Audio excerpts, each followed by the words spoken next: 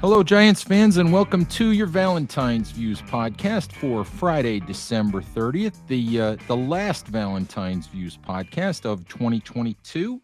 And we're coming to you a couple days before your New York Giants square off with the Indianapolis Colts in what is, for the Giants, a winner take, not necessarily winner take all, but win and in game for them to qualify for the 2023 playoffs.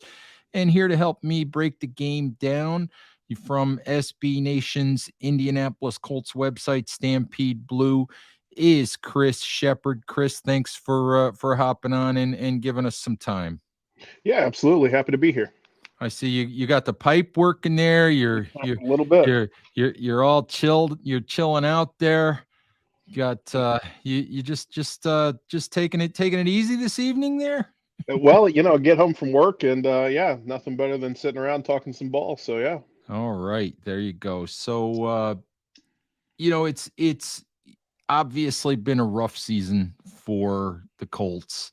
4-10-1, entering Sunday's game, and this is a team that maybe hasn't lived up to the hope the last few years, but obviously the wheels really came off this year. What in the world? I mean, how did this happen? Because I don't think anybody saw this coming. No, nobody saw this coming. So the easiest way to explain it was that the offensive line fell apart. Every football team is dependent upon their offensive line to be at least passable, right? To just play at a level that allows the offense to work. And the Colts offensive line for the past few years has been excellent. It's been one of the best in the league.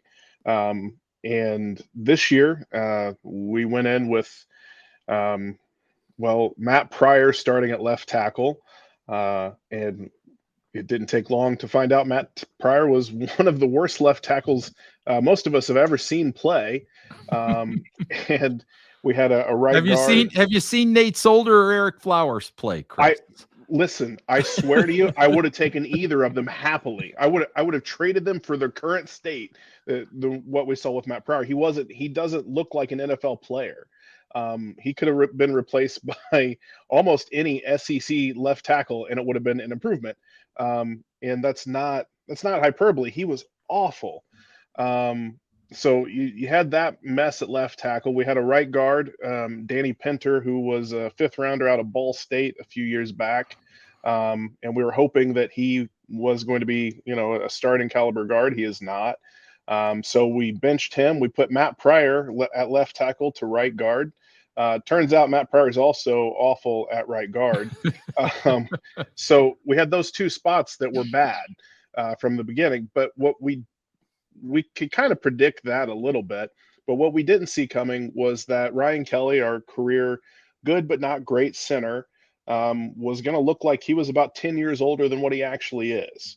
So he's not played well. Quentin Nelson has had his worst year as a pro. That's still pretty good as far as guard play goes, but when you're used to having a dominant player there, and he plays like he's just an above average to good player, that's a significant fall off. The only player that's been consistently good is right tackle Braden Smith. The other four spots, I would say, have been an issue all year. And when you have 4 out of 5 offensive line spots that are an issue, well, you've got serious problems. Your offense can't run.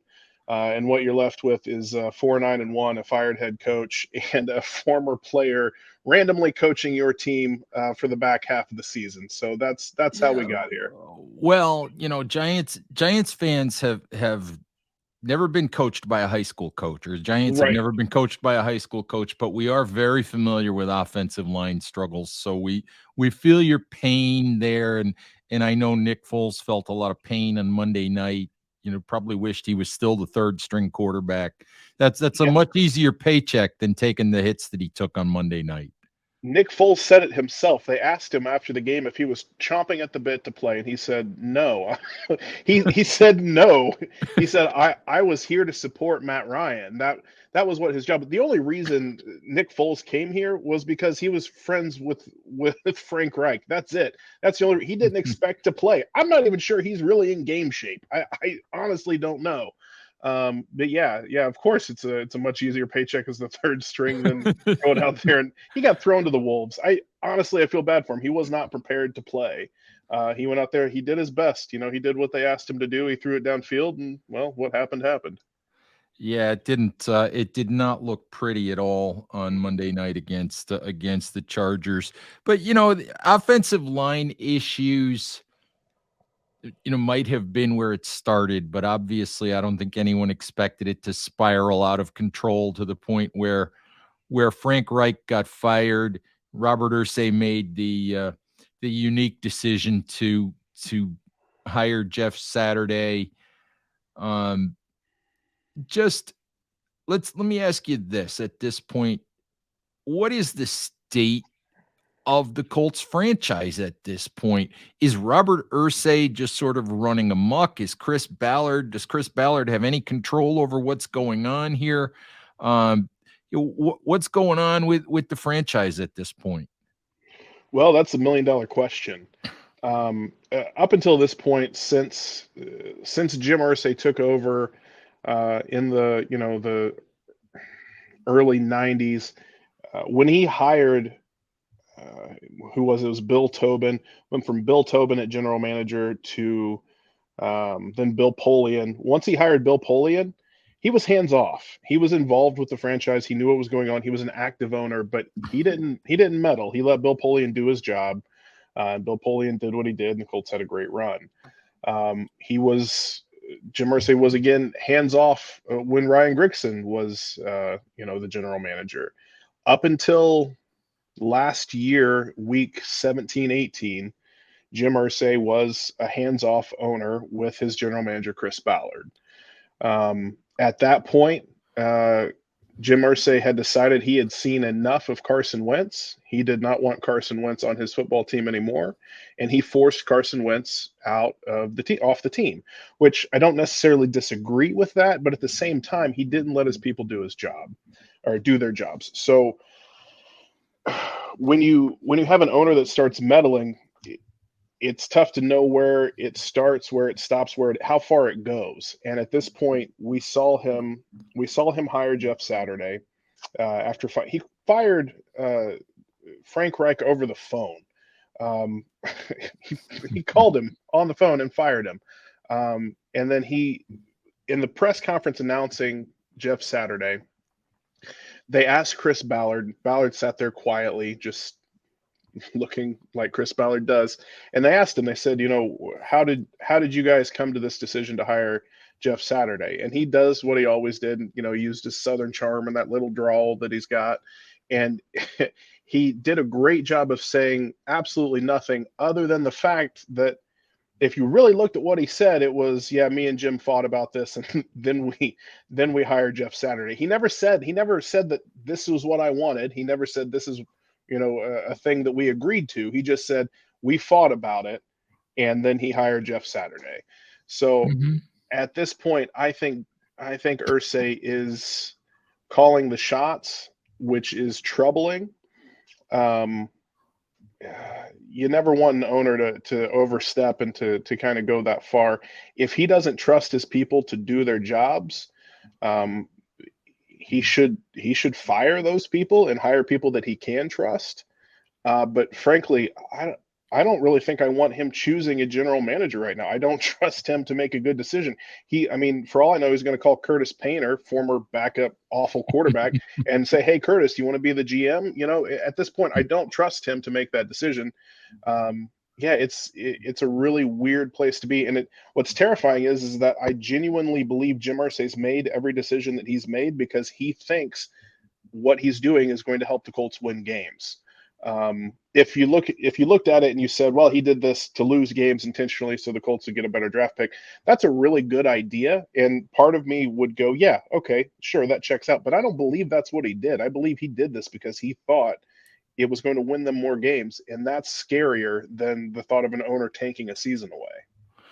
Yeah, I think you're probably right there. But, Chris, I had always thought that Chris Ballard was a pretty good general manager. I thought that Ballard did a lot of good things and has done a lot of good things in the way that he built that Colts franchise. But the genesis of all of this, and it's a big red flare in the sky for Giants fans, to be honest with you. The genesis of all of this is quarterback.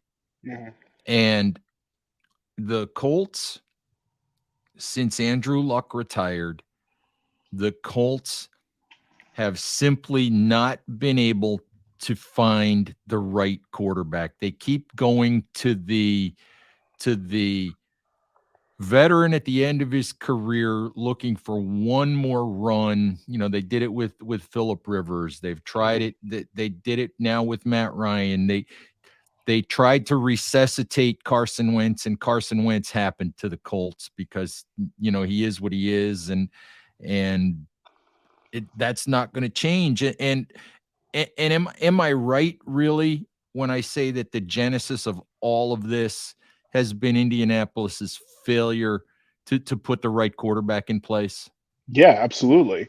But we're not sitting here having this conversation that we're having. We're having a much different conversation if 2 or 3 years ago the Colts would have found a more long-term solution.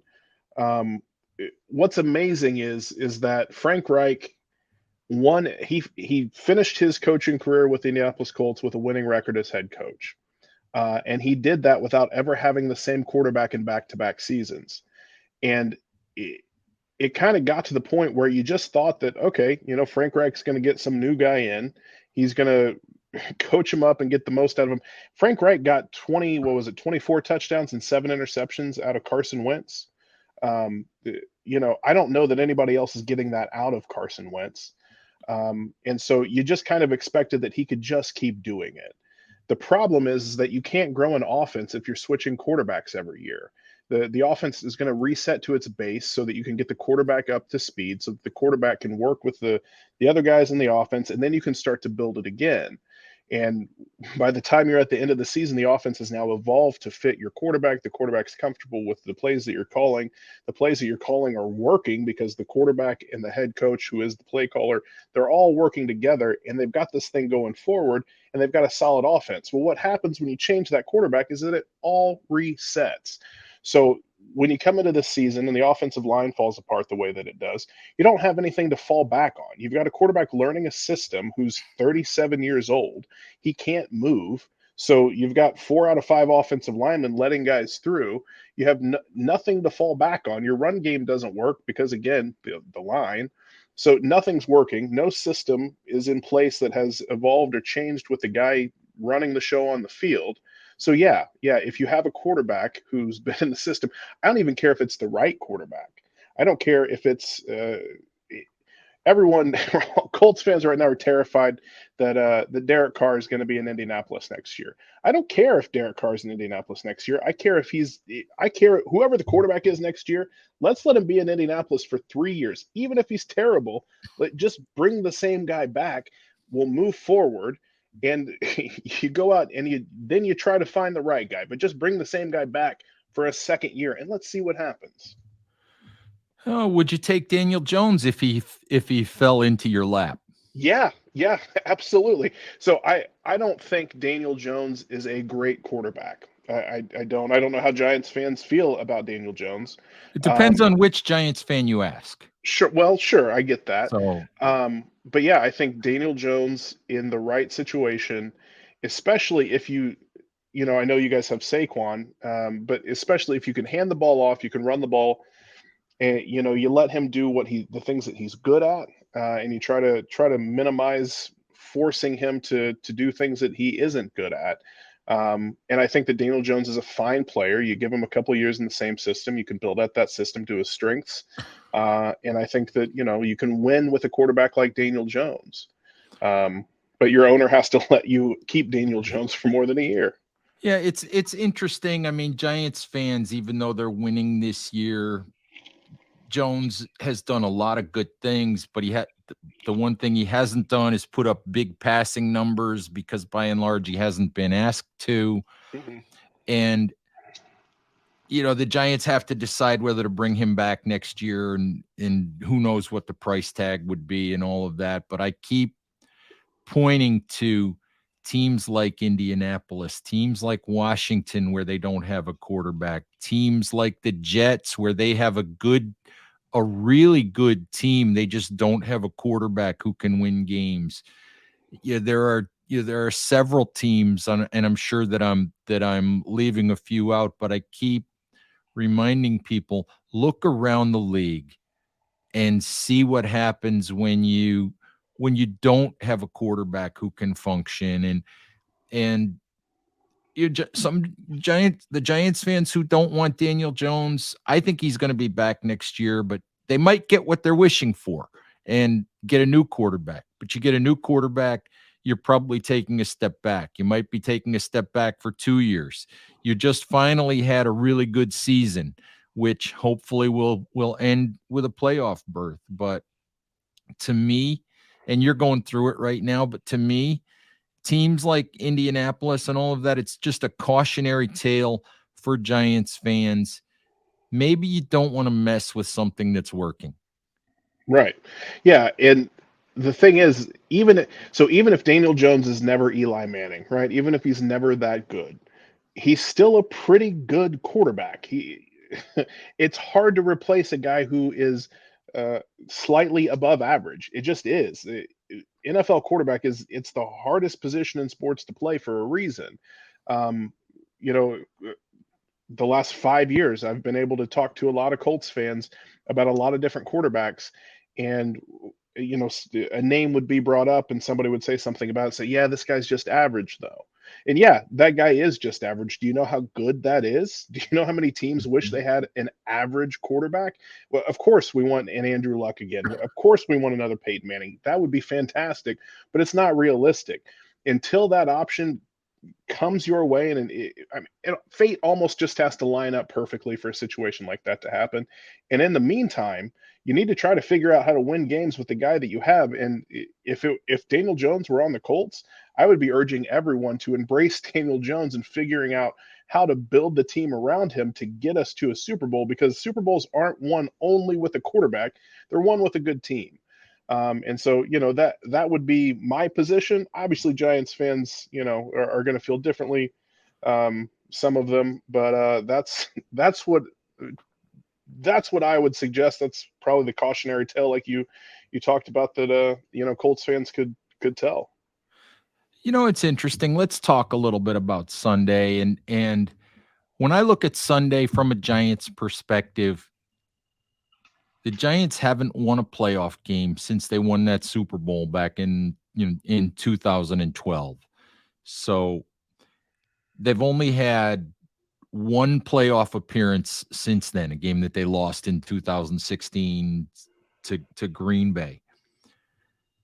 You can make an argument, and I think it's not hard to make, that this is the biggest football game the Giants have played at MetLife Stadium now in more than a decade, because none of those clinching games in 16 were at home. They were on the road. Mhm. So it's a huge game. Giants are favored. Everybody thinks they're going to win. They should win. Indianapolis is coming in here, and everybody's laughing at their head coach and looking at, they just blew the biggest game. They had the biggest collapse in NFL history in a regular season game, and all of that. But stuff happens. Can you think of, or can you see Indianapolis, coming in on Sunday and, pulling itself together and really giving the Giants a run for their money on Sunday? Or um, or pulling the upset. Let's go that far. so with Nick Foles at quarterback, no, I don't think so. Um, on All right, so in a perfect situation, the Colts defense was really good for the first half of the season. They were excellent. It was one of the best Colts defenses I've ever seen. Over the back half of the season, like you said at the very beginning, the wheels fell off, and the defense. It's obvious guys are checked out. They're not playing hard. Um, they're a lot of the younger guys don't really seem like they want to be there, and I get it. The offense is terrible. It doesn't matter. Last week, the defense could have only given up 6 points, and they still would have lost the game because the offense can't move the ball. So the Colts defense is talented enough to hold an offense, any NFL offense, to significantly fewer points than what they normally score. I don't think that their heart is in it to the point where they can do that right now. But if they could pull it together, I think that they could still do that. But the problem lies on the offense. If Nick Foles is running the show, no, Nick Foles is not. He doesn't want to be playing. We have a quarterback starting that doesn't want to play. So no, I don't foresee there being any way that the Colts win this game. With Matt Ryan at quarterback, it would be a very, very small chance. But Matt Ryan wants to play and he wants to win. So he would give us a better shot. But no, I don't see a realistic chance the Colts win this game. Percentage chance that Jeff Saturday keeps this job after this season? God, I wish I could tell you it was 0%, but I don't know that to be true. Jeff Saturday said that he still believes, or I'm sorry, Jim Irsay said that he still believes Jeff Saturday is a good candidate for the job and that they'll hold interviews after the season. And on one hand, once he's supposed to say when somebody asks him about, his coach, he's not going to say, well, Jeff had a good run, but these are the last 2 games. He's kind of got to say that. The problem is I'm kind of scared that Jim Irsay actually means it. Maybe he doesn't, but I'm afraid that he's got a real shot to be the head coach. What I think is probably going to happen is that Jim Irsay there were rumors the last time the Colts, actually when they hired Chuck Pagano, there were rumors that the Colts had inquired with the Saints about what it would take to trade for Sean Payton, which sounds crazy, but head coach trades have happened in the past. Well, Sean Payton happens to be available. And if I were Sean Payton, there's no chance I would want to come to the Indianapolis Colts. So I don't think that's going to happen, but I think Jim Irsay would like it to happen. I also think that Jim Irsay would like Jim Harbaugh to be the head coach. So I think Jim Irsay is going to throw a couple Hail Marys at Sean Payton, at Jim Harbaugh. And if he can't land either one of those guys, I'm scared that Jeff Saturday will be back. I think that he might be the fallback, the third option, the guy that Irsay calls up and says, Jeff, guess what? It's your job. And we run this thing back, and it is just as bad next year as it was this year. Well, sometimes, unfortunately, people make decisions based on the idea that no matter what they see in front of them, I was right.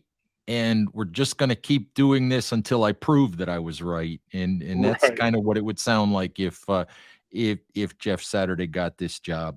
Anyway, let's, talking about the Colts a little bit more, let's be a little bit more optimistic. Let's talk a little bit maybe about some of the young guys on this team that we might not know a whole heck of a lot about. Some guys that you're at least optimistic about that we should know about for Sunday that might give you some optimism that they can be good players for the Colts going forward. Sure. Yeah. So, you talked about you had always thought that Chris Ballard was a good general manager. And what I'll say about Ballard is that he's a really good scout. If you're talking ball with Chris Ballard, he tells you that some linebacker from Tuscaloosa State University is going to be a star in the NFL, you better believe him. He's probably going to be right. I don't trust Chris Ballard to build a team. He hasn't been willing to take chances on players at premium positions. So his team building philosophy is flawed, but he has managed to bring in good players, a lot of good players. And right now, one of the young guys that I feel best about he's a third round rookie out of Virginia. His name's Jelani Woods. Jelani Woods, when he's out there, the dude looks like a moose. He is huge. He's just knees and elbows. He's a huge guy, but he plays tight end, and he's been a lot better than I expected him to be. Normally, tight ends take a long time to kind of adjust to the league, and Woods is going to improve. Certainly, he's only got 20 some catches, but it's been a weird year with quarter. Well, we just spent all that time talking about it. It's been a weird year. All things considered, he's produced really well. So Jelani's a guy that I think is going to be good for the Colts for a long time. He's big, he's fast. He's good with the ball in his hands. On the defensive side of the ball, it's been really interesting because most of the defense are really solid veteran players. And we didn't expect he's a 7th round pick out of Yale, of all places. The kid's name's Rodney Thomas. He came in. He's not the safety that we thought was going to be, the best rookie. We drafted another kid named Nick Cross in the 3rd round. We thought that Nick Cross was going to come in and be a guy that made an impact as a rookie. And Cross started the first, I want to say, 2 weeks, and then he promptly went to the bench, and Rodney Thomas came in. And Thomas he's got 3 interceptions, I think 5 pass breakups, and 8 starts. But he's been around the ball pretty consistently when he's been in the game. So Rodney Thomas is a guy, I don't think he's ever going to develop into a superstar. He has physical limitations that are going to prevent him from doing that. But just as far as, guy went to Yale, so this next part isn't going to be that surprising. He's a smart football player. He knows where to be. So it helps make up for some of those physical limitations. So I think he's going to be a good starter for a long time. The Colts have a lot of talent. They just lack talent at, some of the game's most important positions. I also know, I just thought about this. You were talking about Colts offensive line, and I know a lot of Giants fans that would give you back Mark Glowinski. Well, here's the thing. Colts fans hated Mark Glowinski when he was here, too. They hated him because he was the worst of the 5 offensive linemen. And I can't tell you how many Colts fans have talked about this year about how they wished Chris Ballard would have given Glowinski a contract, because that's how bad the Colts offensive line has been. We hated him when he was here. We miss him now that he's gone because the offensive line's been so bad. Oh, that's pretty funny. Glowinski, people get upset about Glowinski because he's an adequate player. I look at him like he's an adequate player. Mm-hmm. The Giants gave him a 3-year contract, I think, with $11 million guaranteed. Basically, it's a 2-year deal, and they gave him a fill a hole deal for us, for a couple of years while we try to build the rest of the roster kind of contract. And sure, he's been an adequate player. He's been a good enough run blocker most of the time. He's below average in pass protection, and that's just what he is. Yep. But I think that people get a little bent out of shape about Glowinski, but I look at it and I say he's been exactly what the Giants thought he would be when they signed him, which is just basically an adequate player. Yeah. I think his play, like you said, below average pass blocking, average to slightly above run, and I think he averages out to be a starting caliber offensive lineman. Not much more than that, but he's a starter. He'll get you by. Yep.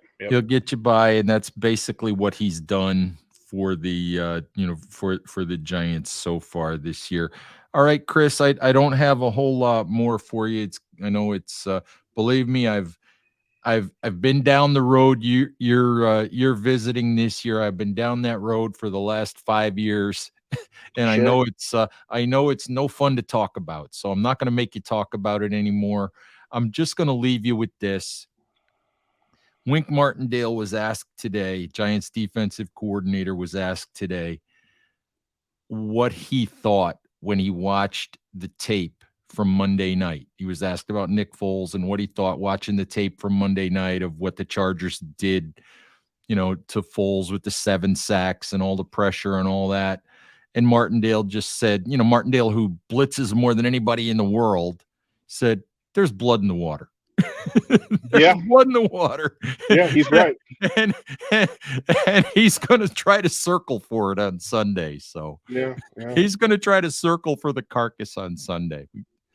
Yeah, well, Um, he's right, and he might just get it. We'll see what happens. So Well, Giants fans, Giants players are hoping for a huge celebration on Sunday, for a playoff berth that nobody saw coming when the season started. So I don't want to wish bad things on the Colts, but don't wreck the party Sunday, please. yeah, so that's the thing. I would rather have the draft pick. That a win does me as a Colts fan no good. So yeah, I'm with you. Let's go Giants. All right, Chris, thank you very, very much, folks. Check out Stampede Blue if you want the Colts perspective on Sunday's game. Please remember to subscribe to Big Blue View Radio on all of your favorite podcast applications. Share, like, subscribe if you're watching us on YouTube as well. And please remember to stay safe out there, take care of each other, and we'll talk to you soon. Bye-bye.